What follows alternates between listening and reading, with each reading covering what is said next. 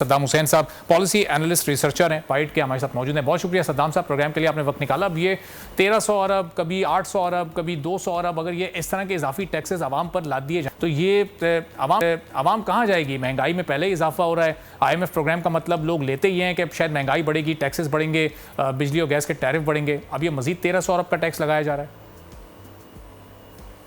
है। जी, आपकी बात बिल्कुल सही है। टैक्स के रेवेन्यूज इंक्रीज होने चाहिए, बस किस सिमत में हो रहे हैं इसका हमें अंदाजा लगाना होगा।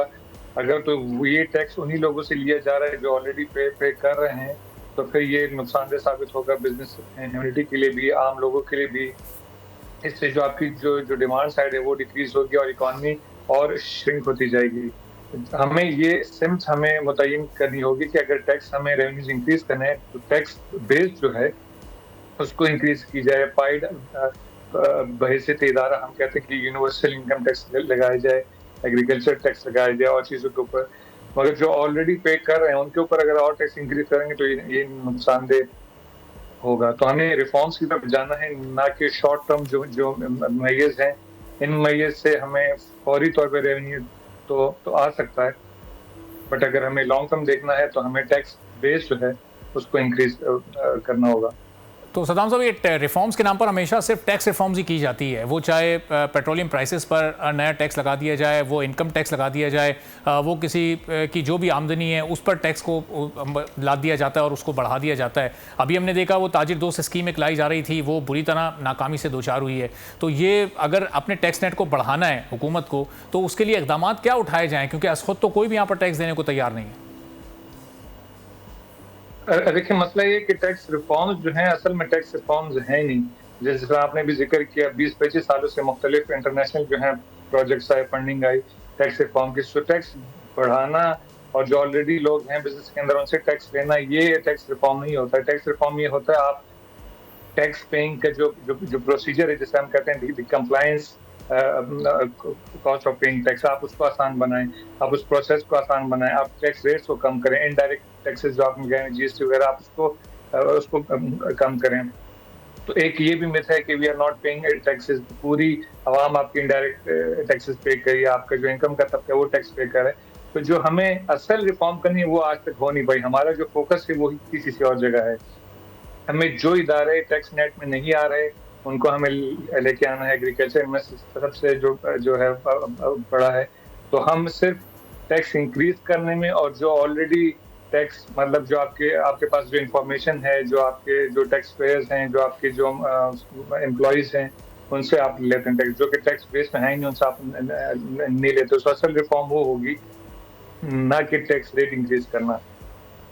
ठीक है, तो अब सद्दाम साहब, ये ज़ाहिर इन रिफॉर्म्स को फिर आगे किस तरह बढ़ाया जाए? अब ये निष्कारी के मामले पर हुकूमत एक इकदाम लेती है, 20-21 इदारों को निष्कारी की बात करती है, तो वहाँ से एक पॉलिटिकल ओपोनेंट खड़ा हो जाता है जो कि उसके खिलाफ होता है। तो ये हुकूमत के लिए भी फिर इस तरह के इकदाम उठाना बड़ी मुश्किल का बाइस होता है, जहाँ पे 5-6 सियासी जमातें एक साथ एक धारे में मौजूद हों।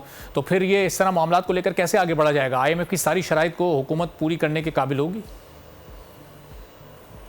अभी तो हमारी मजबूरी है IMF की, हमें जरूरत भी है ना शॉर्ट रन, तो हमें कुछ ना कुछ इकदाम तो करने होंगे, मगर इन पैरेलल हमें अपने मुल्क को भी ठीक करना होगा। तो कुछ शर्तें हमें उनकी माननी होंगी शॉर्ट रन में, बट एक लॉन्ग टर्म के लिए जो रिफॉर्म लेके आने के लिए हमें इन पैरेलल, ताकि गवर्नमेंट मिलेगी या जो भी फंडिंग मिलेगी वो हमें एक ब्रीदिंग स्पेस देगा। उस ब्रीदिंग स्पेस को हमें इस्तेमाल करना चाहिए फॉर रियल रिफॉर्म्स। हमेशा होता क्या है कि हम उनसे वो फंडिंग ले लेते हैं और हम समझते हैं कि जिसका सब कुछ ठीक है, वो फंडिंग इस्तेमाल हो जाती है। फंडिंग जब खत्म होती है तो फिर हमें अब फिर याद आता है कि यार ये रिफॉर्म तो होनी थी, जो कि नहीं हुई। फिर हम जाते हैं एक रिफॉर्म प्रोग्राम की तरफ।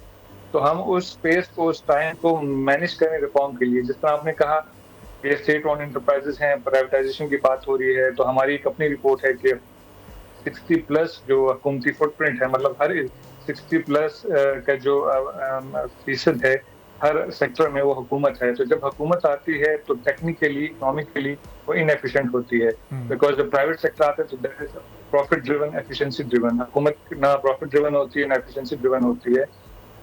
तो जो इदारे आपसे नहीं रन हो रहे आप उनको प्राइवेट इदारों को दें। और ये भी एक मिथ है कि प्राइवेटाइजेशन से जो गरीब आदमी है उसका नुकसान हो जाएगा, लोग अनएम्प्लॉयड हो जाएंगे। सैकड़ों टाइप्स हैं पब्लिक प्राइवेट पार्टनरशिप की, प्राइवेटाइजेशन की, उनसे ऐसे एग्रीमेंट हो सकते हैं जो कि ये सिक्योर करें कि अनएम्प्लॉयड नहीं होंगे लोग, जो ये सिक्योर करें कि आपने ये एक जो कंडीशन है वो लगानी है। तो ये भी हमारे एक बहुत अजीब सा है कि प्राइवेटाइजेशन होगी तो सब कुछ खत्म हो जाएगा, लोगों को निकाल देंगे और जो चीजें एक्सपेंसिव हो जाएंगी। फॉर एग्जांपल रेलवे है, ये पीआई है कि पीआई के टिकट एक्सपेंसिव हो जाएंगे, रेलवे के टिकट एक्सपेंसिव हो जाएंगे।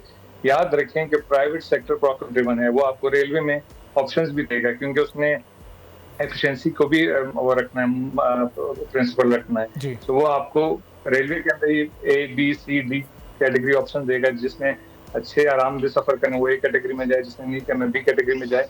तो हमें ये प्रोसेस कहीं ना कहीं स्टार्ट तो लेना है। अगर हम 75 साल से यही वेट करेंगे जी ये नुकसान हो जाएगा, तो वी हैव टू टेक। लेकिन सदाम साहब, अगर प्राइवेटाइज होने के बाद ये इदारे चल पड़ते हैं या इनमें से चंद इदारे भी चल पड़ते हैं और प्रॉफिटेबल जोन में दाखिल हो जाते हैं, तो ये तो फिर पाकिस्तान की इस हुकूमत या पिछली हुकूमतों के लिए खुद एक बड़ा सवालिया निशान नहीं होगा कि उनके अदवार में जो इदारे बड़े लॉस में थे, मुल्की ख़जाने पर एक बड़ा बोझ थे, वो अब प्रॉफिटेबल होते जा रहे हैं?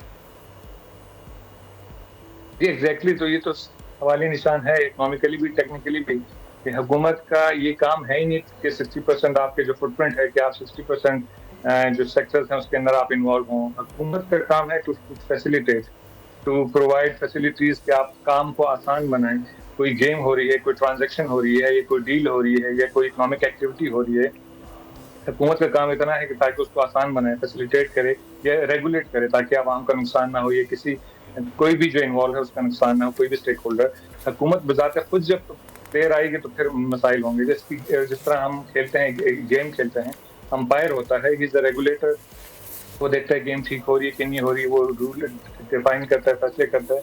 अगर अंपायर खुद एज अ प्लेयर आ जाए तो फिर तो मसाइल होंगे। तो इस वक्त अंपायर खुद प्लेयर आया हुआ है, हमारी हुकूमत खुद हर सेक्टर में आ रही है, हर सेक्टर में वो इन्वॉल्व है।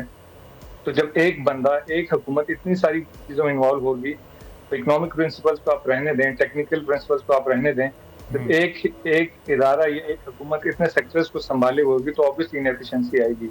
तो आप खुद हर चीज को मत संभालें, जस्ट दें जो प्राइवेट सेक्टर को देना प्राइवेट सेक्टर को दें, जो रिफॉर्म हो सकता है उसको आप रिफॉर्म करें। तो यही वे है।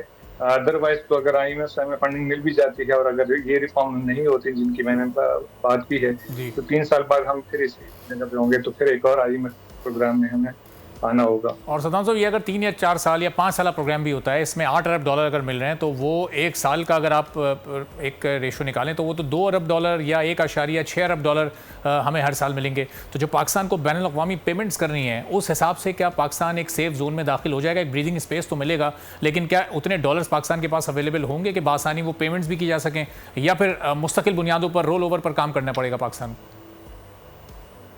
ये इन सवालों का नुक्ता उधर से जाके मिलता है कि अगर हम रिफॉर्म लेके आए, अगर हम रिफॉर्म नहीं लेके आएंगे तो फिर हम रोल ओवर्स पे और उस तरह से फिर फ्लेक्सिबिलिटी पे, फिर फ्रेंड्स के इधर से लो और इधर दो, तो यही काम होता रहेगा। जिस तरह भी पेंशन की बात हो रही है कि एज इंक्रीज की जाए, तो वही बात है कि शॉर्ट टर्म अप्रोच है, लॉन्ग टर्म अप्रोच नहीं है। इससे आपकी अकाउंटिंग तो फिलहाल ठीक हो जाएगी, मगर अगर लॉन्ग टर्म आपने जाना है तो मैंडेटरी पेंशन के सिस्टम जो इंटरनेशनली राइज है, आप उसको लेके आए ताकि मसला खत्म हो।